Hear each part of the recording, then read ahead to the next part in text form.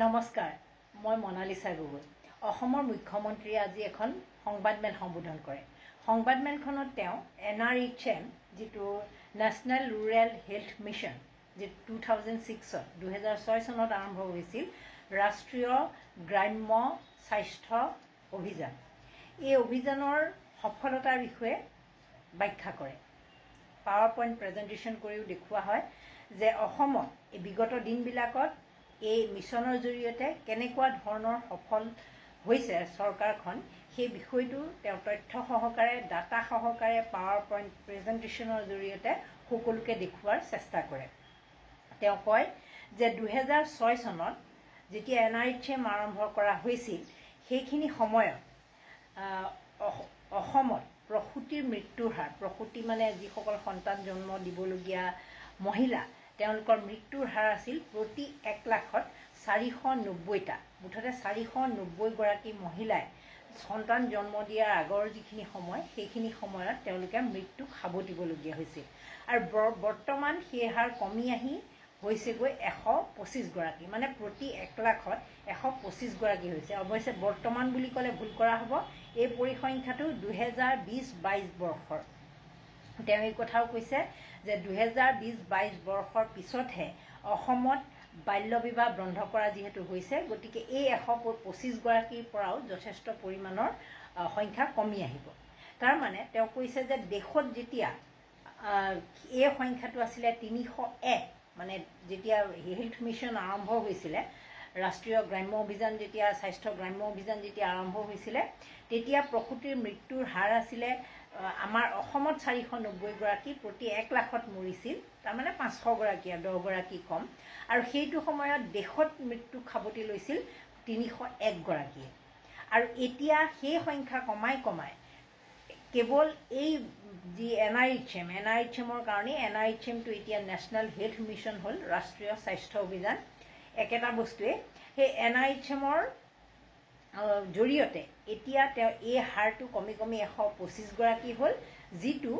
ৰাষ্ট্ৰীয় প্ৰেক্ষাপটৰ লগত বহুত বিশেষ এটা ডিফাৰেঞ্চ নাই। আৰু তেওঁ কৈছে যে মধ্যপ্ৰদেশ, উত্তৰ প্ৰদেশ, উৰিষ্যা এনেকুৱা যিবোৰ ৰাজ্য, সেই ৰাজ্যবিলাকতকৈ যথেষ্ট পৰিমাণে অসমে এই ক্ষেত্ৰত ডেভেলপ কৰিছে। কাৰণ সেইবিলাক ৰাজ্যত এই মৃত্যুৰ হাৰটো যথেষ্ট কমেই আছিল, গতিকে তাৰ তুলনাত এই হাৰ যথেষ্ট কমি আহিছে আৰু এইটো এটা বৃহৎ সফলতা বুলি তেওঁ দোহাৰিছে।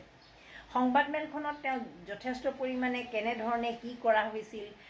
কেনেধৰণে এই গোটেই প্ৰক্ৰিয়াটোত তেওঁলোক সফল হৈছিল, কিমান সময়ত কেনেধৰণৰ পৰিৱৰ্তন হৈছিল, এই গোটেই কথাবোৰেই উল্লেখ কৰিছে। আনকি অশোক বাবু নামৰ যিগৰাকী হেল্থৰ যিগৰাকী মুৰব্বী বিষয়া, তেওঁ এই বিষয়টো পাৱাৰ পইণ্ট প্ৰেজেণ্টেশ্যনৰ জৰিয়তে ব্যাখ্যা কৰে। এতিয়া কথা হ'ল, আমাৰ মুখ্যমন্ত্ৰীক ক্ৰেডিট যেতিয়া লাগে, ক্ৰেডিট যেতিয়া তেওঁক দিবলগীয়া হয় বা ল'বলগীয়া হয়, তেওঁতকৈ আগত কোনো নাই। তেওঁ যিখিনি ক্ৰেডিট ল'ব লাগে তাতকৈ যথেষ্ট পৰিমাণৰ বেছি ক্ৰেডিট লোৱা ব্যক্তি বুলি আমি সকলোৱে জানো। তাৰোপৰি তেওঁ বিভিন্ন সময়ত, আপোনালোকে লক্ষ্য কৰিছেনে নাই নাজানো, বিগত দিনবিলাকত বিশেষকৈ এই নিৰ্বাচনলৈ যিমানে কম দিন চাপি আহিছে, যিমান ওচৰ চাপি আহিছে, সিমানেই তেওঁ সংবাদমেল সম্বোধন কৰাৰ পৰিমাণটো বাঢ়ি গৈছে। তেওঁ মুখ্যমন্ত্ৰী হিচাপে আগতে মুখ্যমন্ত্ৰীসকলে যেনেধৰণে সংবাদমেলবোৰ সম্বোধন কৰিছিল এটা গেপ লৈ পেলাই, এই মুখ্যমন্ত্ৰীগৰাকীৰ ক্ষেত্ৰত কিন্তু তেনেকুৱা নহয়। দিনটোত যিমানবাৰ তেওঁ বুমৰ সন্মুখীন হয়, সিমানবাৰেই কংগ্ৰেছক আক্ৰমণ কৰি, গৌৰৱ গগৈক আক্ৰমণ কৰি বিভিন্ন মন্তব্য দিয়ে। আজিৰ দিনটোতেই তেওঁ কেইবাবাৰো দিছে। তাৰোপৰি সংবাদমেল সম্বোধন কৰি নিজৰ যশ কীৰ্তি, নিজৰ চৰকাৰৰ যশ কীৰ্তিবোৰ গোৱাটো তেওঁ এক পৰম্পৰা। কিন্তু এইগৰাকীয়ে মুখ্যমন্ত্ৰী 2021 চনৰ 10 মে'ত যেতিয়া শপত গ্ৰহণ কৰিছিল, তাৰ এসপ্তাহমানৰ ভিতৰত তেওঁ এটা কথাই কৈছিল যে মই যদিও মুখ্যমন্ত্ৰী হিচাপে শপত গ্ৰহণ কৰিলোঁ, আপোনালোকে আগতে মোক যেনেকৈ খুব সহজলভ্য, খুব সহজে পাইছিল, এতিয়া আৰু তেনেধৰণে মোক নাপাব। এতিয়া মই একেবাৰে ব্যস্ত থাকিম, ৰাজ্যখনৰ উন্নয়নৰ কামত ব্যস্ত থাকিম। মই অনবৰত ব্যস্ত থকাৰ কাৰণে মাহটোত হয়তো এবাৰ দুবাৰ কেতিয়াবা পাব পাৰে, কিন্তু মোৰ হৈ বেলেগসকলে আপোনালোকক কথা ক'ব, মই আপোনালোকক আৰু সময় নাপাম। সেইবুলি মন্তব্য কৰা মানুহজনে এতিয়া যেতিয়াই বুম দেখে, যেতিয়াই সাংবাদিকক দেখে, তেতিয়াই গৌৰৱ গগৈক আক্ৰমণ কৰে, তেতিয়াই কংগ্ৰেছ দলক আক্ৰমণ কৰে, তেতিয়াই বিৰোধী পক্ষক আক্ৰমণ কৰে আৰু নিজৰ সফলতাৰ জয়ঢোল পিতে। এতিয়া আজি যি তেওঁ সফলতাৰ কথা ক'লে, যিখন আজি সংবাদমেল, গোটেই সংবাদমেলখনতেই তেওঁ NRHM মানে বৰ্তমান নেশ্যনেল হেল্থ মিছনৰ কথাখিনি ক'লে। আৰু নেশ্যনেল হেল্থ মিছনৰ পিছত অসমত যিখিনি ডেভেলপমেণ্ট হৈছে, অসমত যে প্ৰসূতিৰ মৃত্যুৰ হাৰ কমিছে, তাৰোপৰি তেওঁ আৰু এটা কথা কৈছে যে যেতিয়া এই মিছন আৰম্ভ হৈছিল 2006 চনৰ আগত, তেতিয়া মাত্ৰ 22গৰাকী মানুহে 122গৰাকী মানুহেহে চিকিৎসালয়লৈ গৈ সন্তান জন্ম দিছিল। এতিয়া কিন্তু তেওঁ সেই হিচাপটো দেখুৱাইছে যে 97গৰাকী মানুহে এতিয়া প্ৰিফাৰ কৰে হস্পিটেল বা এনেকুৱা ধৰণৰ চিকিৎসালয় বা যিবোৰ গ্ৰাম্য যিবোৰ চিকিৎসালয় আছে সেইবিলাকত গৈ সন্তান জন্ম দিয়াৰ পোষকতা কৰে বুলি তেওঁ কৈছে। তাৰোপৰি তেওঁ জন্ম হোৱা শিশুৰ মৃত্যুৰ হাৰ কমা বুলিও কৈছে। যথেষ্ট পৰিমাণে মৃত্যুৰ হাৰ কমিছে। আগতে যি মৃত্যুৰ হাৰ, এই শিশুৰ মৃত্যুৰ হাৰ 68টা আছিল, এতিয়া সেই মৃত্যুৰ হাৰ কমি হৈছেগৈ 32টা, যিটো আটাইতকৈ ডাঙৰ এটা সফলতা বুলি কৈছে। হয়, এই পৰিসংখ্যাবোৰ চালে এইটো সফলতা বুলিয়ে ক'ব লাগিব, সেইটো মুখ্যমন্ত্ৰী বুলি নহয়, সকলোৱে ক'ব যে যিহেতু প্ৰসূতি মাতৃৰ মৃত্যুৰ হাৰটো কমাটো যথেষ্ট এটা ভাল পদক্ষেপ বা ভাল এক সফলতা, সেইটো জয়গান গাবলগীয়াই সফলতা। কিন্তু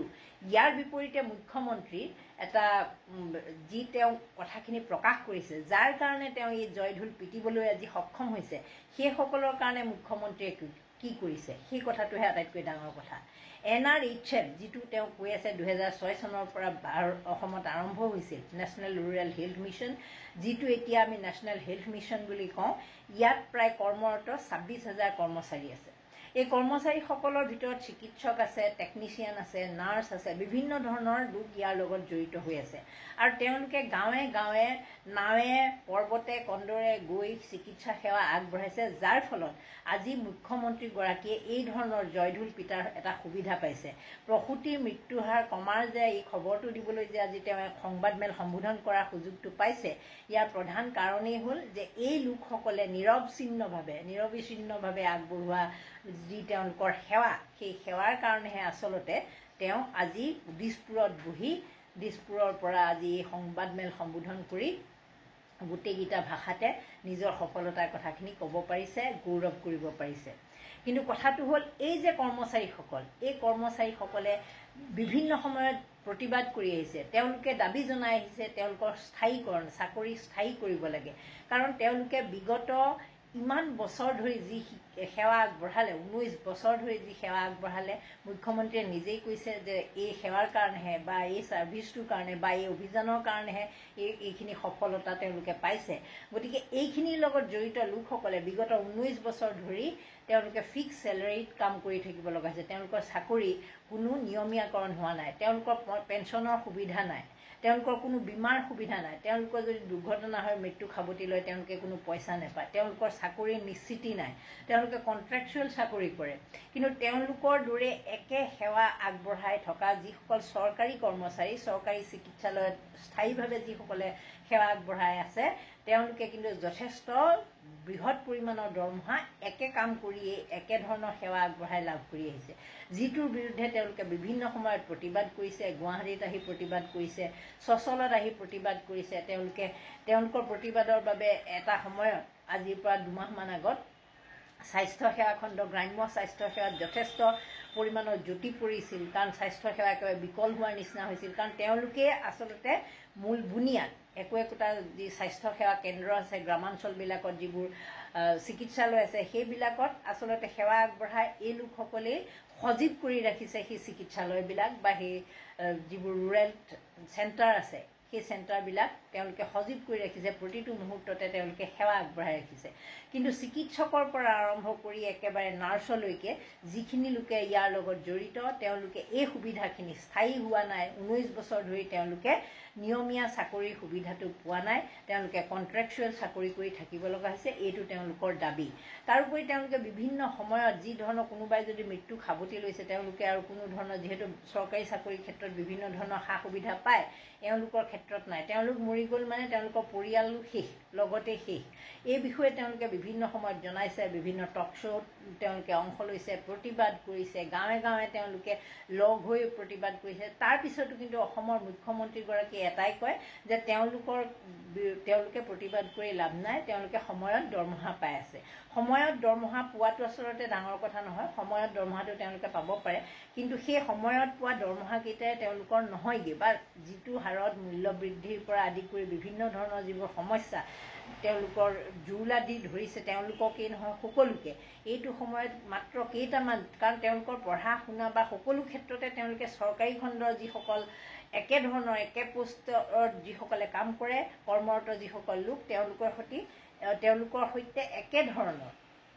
কাম কৰি আহিছে বা একেধৰণৰ শিক্ষাগত অৰ্হতা বৰঞ্চ দুই এজনৰ বেছিহে তাৰপিছতো তেওঁলোকে এটা মিনিমাম চেলাৰীত কাম কৰিব লগাটো তেওঁলোকৰ কাৰণে আচলতে একেবাৰে চূড়ান্ত এটা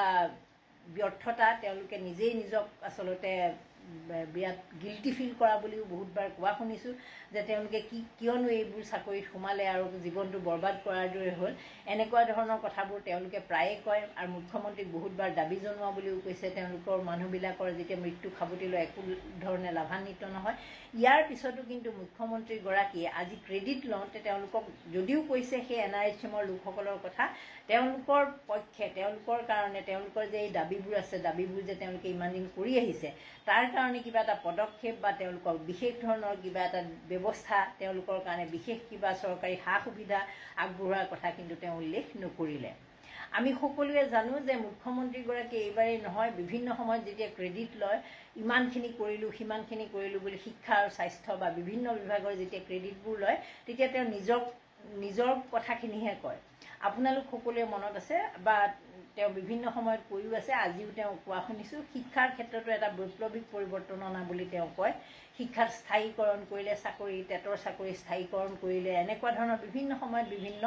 তেওঁ জয়ঢোল নিজৰ পিতে কিন্তু সেই একেটা সময়তে অসমত 2016 চনত যিবোৰ পলিটেকনিক এষ্টাব্লিছ কৰিছিল নতুনকৈ যিবোৰ পলিটেকনিক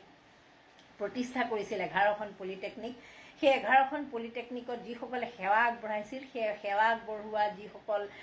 সেই সময়ত টেম্পৰেৰী হিচাপে লোৱা যিসকল প্ৰবক্তা সেই প্ৰবক্তাসকলৰ কিন্তু চাকৰি বেছিভাগৰে গ'ল তাৰ সলনি এতিয়া অৱসৰপ্ৰাপ্ত কিছুমান প্ৰবক্তাক আগতে সেইবোৰ চাকৰি কৰি ৰিটায়াৰ হোৱা প্ৰবক্তাক নিযুক্তি দিছে গতিকে সেইখিনি সময়ত যেতিয়া মুখ্যমন্ত্ৰীয়ে শিক্ষাৰ ক্ষেত্ৰত বৈপ্লৱিক পৰিৱৰ্তন অনা 11খন পলিটেকনিক কৰিলোঁ বুলি যেতিয়া খুব বৰ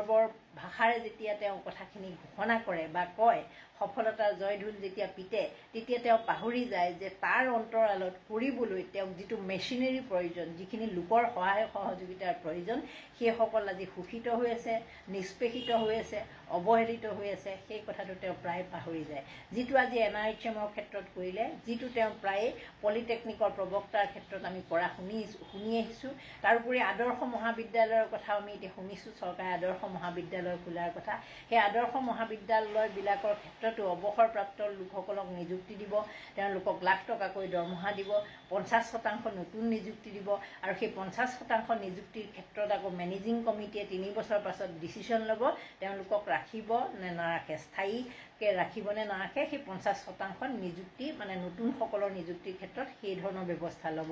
গতিকে মুখ্যমন্ত্ৰীগৰাকীয়ে যিসকলক লৈ আচলতে এই সফলতা জয়ঢোল পিতে এই সফলতাৰ জয়গান গাবলৈ যে কেবিনেট বৈঠক পাতে বা বিভিন্ন সময়ত সংবাদমেল সম্বোধন কৰে সেই সময়ত হয়তো তেওঁ পাহৰি যায় যে এই লোকসকল শোষিত হৈ আছে আজি NRHMৰ কৰ্মচাৰীসকল শোষিত হৈ আছে নিষ্পেষিত হৈ আছে কাৰণ একে কামৰ কাৰণে বেলেগ এটা যথেষ্ট সংখ্যক বেছি দৰমহা লাভ কৰি আছে আৰু একে কামৰ কাৰণে তেওঁলোক শোষিত হৈ আছে নিষ্পেষিত হৈ আছে একে কামৰ কাৰণে সমান মজুৰি পোৱাটো আচলতে এটা মৌলিক অধিকাৰ বুলি ক'ব পাৰি কিন্তু সেই মৌলিক অধিকাৰৰ পৰা তেওঁলোক বঞ্চিত হৈ আছে সেই কথা মুখ্যমন্ত্ৰীয়ে হয়তো আজি সংবাদমেলখন মই গোটেইখন আৰম্ভণিৰ পৰা শেষলৈ চালোঁ তাত দেখিলোঁ যে ইয়াৰ পৰা এই কথাটো হয়তো মুখ্যমন্ত্ৰীয়ে কেতিয়াও অনুভৱেই কৰা নাই যে এই লোকসকলৰ অৱদানৰ কাৰণেহে গাঁৱে গাঁৱে তেওঁলোকে গৈ প্ৰসূতি এগৰাকী কেনেকৈ থাকিব লাগিব কি কৰিব লাগিব কেনেধৰণে তেওঁলোকে আগুৱাই যাব লাগিব কি খাব লাগিব